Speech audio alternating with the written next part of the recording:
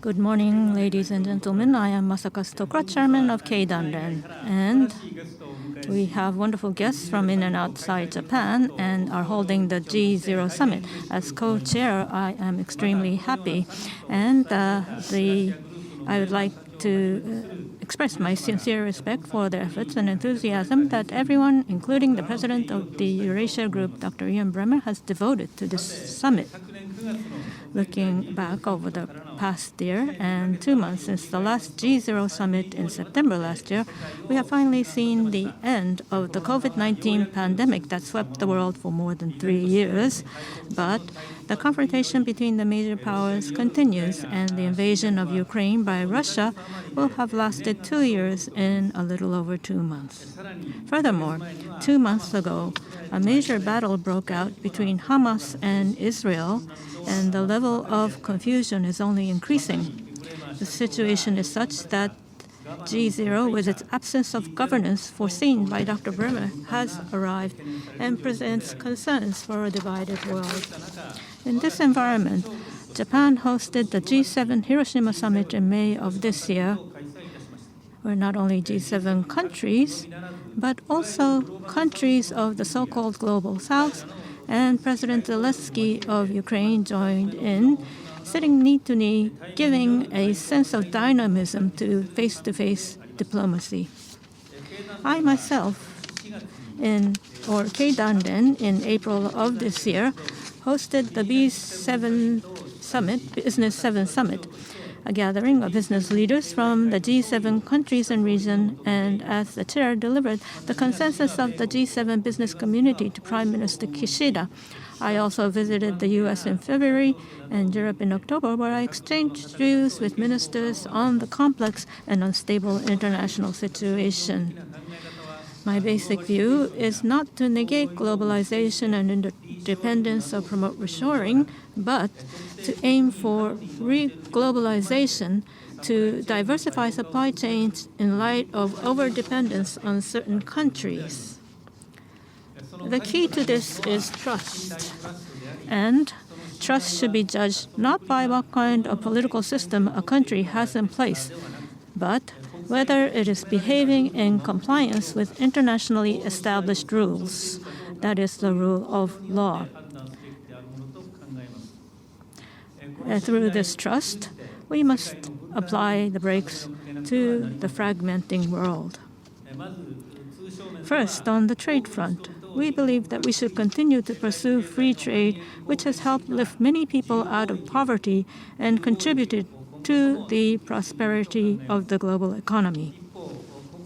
At the same time, we must recognize that there are countries that blatantly trample on international norms, and as geopolitical conflicts grow more severe, it is becoming increasingly difficult to treat all countries in the same category. In such matters as trade, investment, intellectual property, and data, with trustworthy countries and regions that are committed to a high level of liberalization, we believe that free trade should be maintained by applying the principle of equal treatment of domestic and foreign companies. At the B7 summit, this idea was put forth in the form of a free and fair trade and investment club. In the G7 leaders' declaration, trust was mentioned as an essential element for building resilient supply chains, and we believe that this is in line with our own thinking. From the perspective of economic security, in addition to building a robust supply chain, it is also important to manage sensitive technologies. However, even when regulations are established from the perspective of security, it is important to minimize the negative impact on economic activities and free trade, and the concept of small yard, high fence should be thoroughly applied.